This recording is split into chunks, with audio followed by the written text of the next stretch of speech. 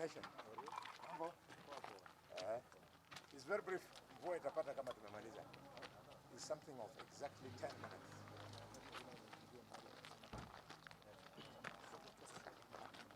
Oh, nali yao. Hawataki kutafuta news. Sifuna niundia. Siwezi shika nota.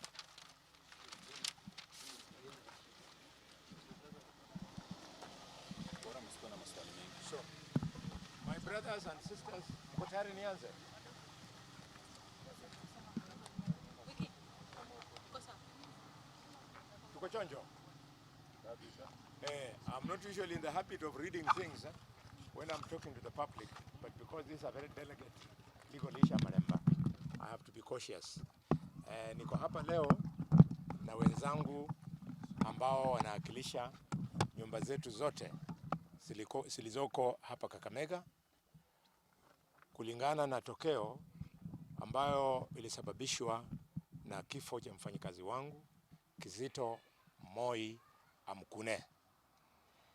Kilichosababishwa ni kwamba kulitokea tetesi eti mimi nimeua huyo mfanyikazi wangu, na hayo madai ilitolewa na mwanabiashara ambaye anafanya kandarasi na county government ya Kakamega kwa majina Shimanyula Toto. I therefore have the following statement to read. This is a media briefing on the death of Kizito Moi Amkune. Kizito Moi Amkune was my bull. Kizito Moi Amkune was my fighter bull caretaker who served me faithfully for around 20 years. On the evening of 27th of January 2024, he was gored to death by fighter bull Inacio. His body was found lifeless in a pool of blood and mud on the morning of 28th of January 2024. The police took over and moved the body to Kakamega County Referral Hospital mortuary after sealing the scene of the incidents. On the 29th January 2024, a post-mortem was done by a team led by the county pathologist, Dr. Dickson Mchana. This autopsy established that Kizito Moi Amkune had lost his life due to excessive bleeding caused by multiple injuries sustained from goring by the horn of a large animal. A contractor of the county government of Kakamega by the name of Shimanyula alias Toto disputed these findings by Dr. Dickson Mchana, which was also corroborated by police findings on the scene of the incidents. Shimanyula, aka Toto, then went public with scandalous, defamatory, false, baseless, and unfounded claims as follows. 1, that Kizito Moi Amkune was not killed by a bull, but that he was attacked by me, Senator Dr. Khalwale, and that I stabbed him with a knife, causing his death. Something I did not do. 2, that I, Senator Dr. Khalwale, went on and lied to the police and misled them to believe that the late was attacked and killed by a bull, which I did not do. 3, that I influenced the police in making their report on the investigations into the death of Kizito Moi Amkune, which I did not do. That I influenced Dr. Mchana in concluding from his postmortem findings that Kizito Moi Amkune was killed by a bull, which I did not do. That I had influenced the family of Kizito Moi Amkune to support the theory of death of their kin due to an attack by the bull, which I did not do. And finally, Shimanyula claimed that I purportedly killed Kizito Moi because he was having a sexual affair with my wife, which was and which is not true. Following these public, wild, scandalous, defamatory, false and baseless unfounded claims, the burial of Kizito Moya Mkune was stopped by the police on the 31st of January 2024, even after I had made elaborate burial arrangements. We were taken through more rounds of interrogations by the police on the 1st of February, on the 2nd of February, and it culminated in a repeat autopsy by the government pathologist, Dr. Johansen Oduor, on 3rd of February 2024. This postmortem was attended by Dr. James Ahonya on behalf and on instructions of Mr. Cleophas Shimanyula alias Toto.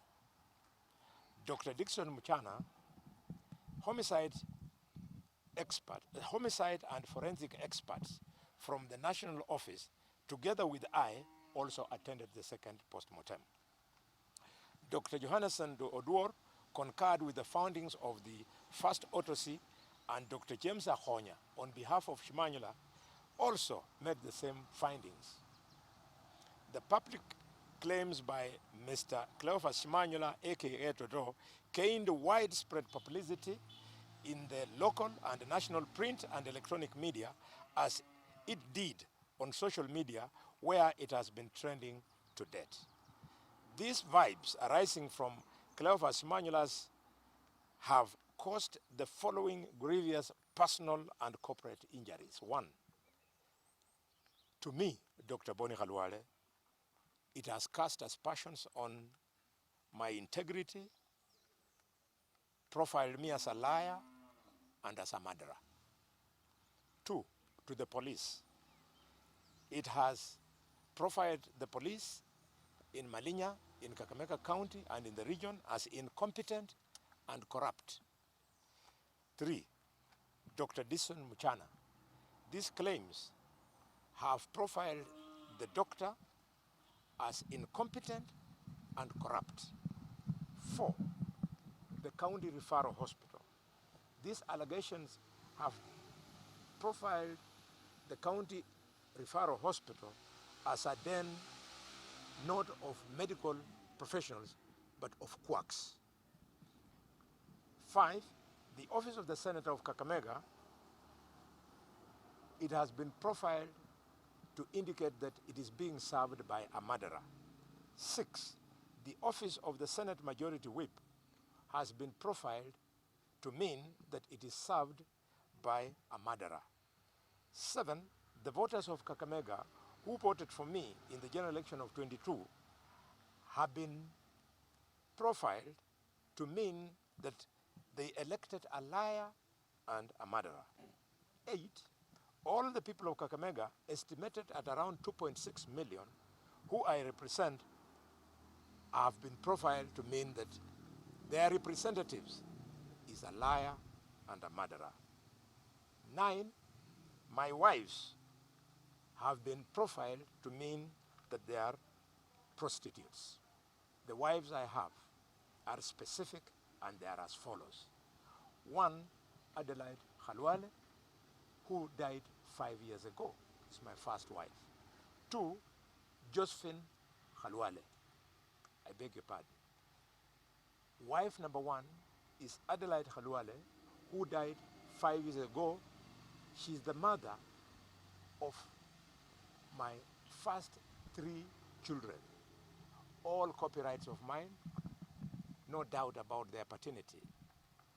Josephine Khalwale, my second wife, she's the mother of 3 of my children. 1 who has completed university, the other 2 still at the university. All copyrights, there's been no complaint about their paternity.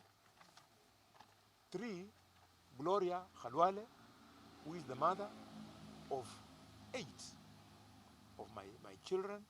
These 8, some are at the university, others are in lower levels of education. They are all my copyrights. They have never had their paternity in doubt. And finally, Diana Khalwale, mother of 3, all of them in lower levels of education. The three children are my copyrights. None of them has been profiled as their paternity being in doubt. Number 10, aggrieved is the family of Khalwale. They are being profiled as a home of a murderer. And 11, the culture of the Abakak Mega who practice bullfighting.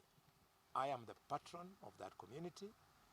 I am in our local palace referred to as Iriru, Abakak Mega.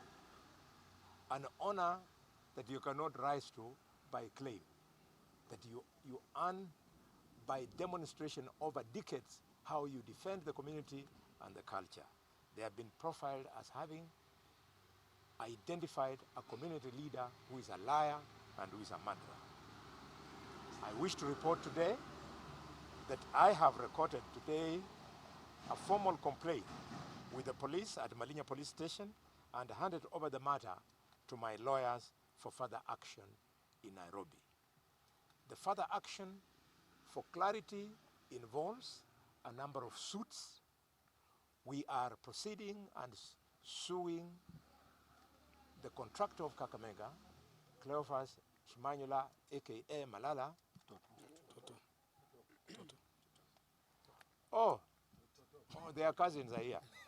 So, we are suing the contractor of Kakamega, I beg your pardon, Mr. Cleophas Shimanyula Toto. I'm suing. My wives are suing. My children, who are also adults, are suing. The parents of my wives are suing. The police will make up their own minds if they want to sue. I think they are going to. From what I have heard when I was reporting the matter, Dr. Muchana is going to sue if he so chooses. So we would like Cleophas Shimanyula Toto to come and present evidence that we are, all of us, all these people, we are who he claims that we are. I have built a public service image of over 30 years, some of those years as a doctor, and many of the other years as a political leader in this country. I have never been involved in a scandal. I have a spotless career of integrity, and therefore I'm going to pursue the contractor of Kakamega County to its logical conclusions. And I will use all my talents and resources to test the veracity of his statement and make sure that all aggrieved parties are properly compensated for the serious damage. Tomorrow, I will do a press conference in Nairobi that we shall be led through by my team of lawyers who will tell the country how they will proceed thereafter.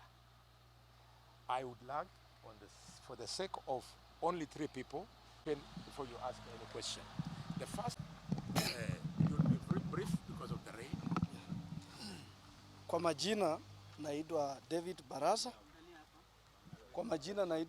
Barasa. Niko na ujungu sana kama mmoja wa vijana wa hii Kakamega County, na mama anatoka kwa area yangu. Mama anatoka kwa familia yangu. Hata mimi mheshimiwa nataka kukuambia, as the community of Panyala, we are going to sue Toto, Cleophas Shimanyula, kwa sababu we are very much worried. Our sister might end up losing the marriage because of such a stupid things. So tunataka Shimanyula akuje kotini atuambie kama msijana yetu really ni malaya, atuambie na atutolee hiyo ushuhuda tujue kwa nini ameaccuse msichana wetu. Na watu wa Navakholo tumekasirika, tuko na majungu sana. Tunaenda kuchukua hiyo action.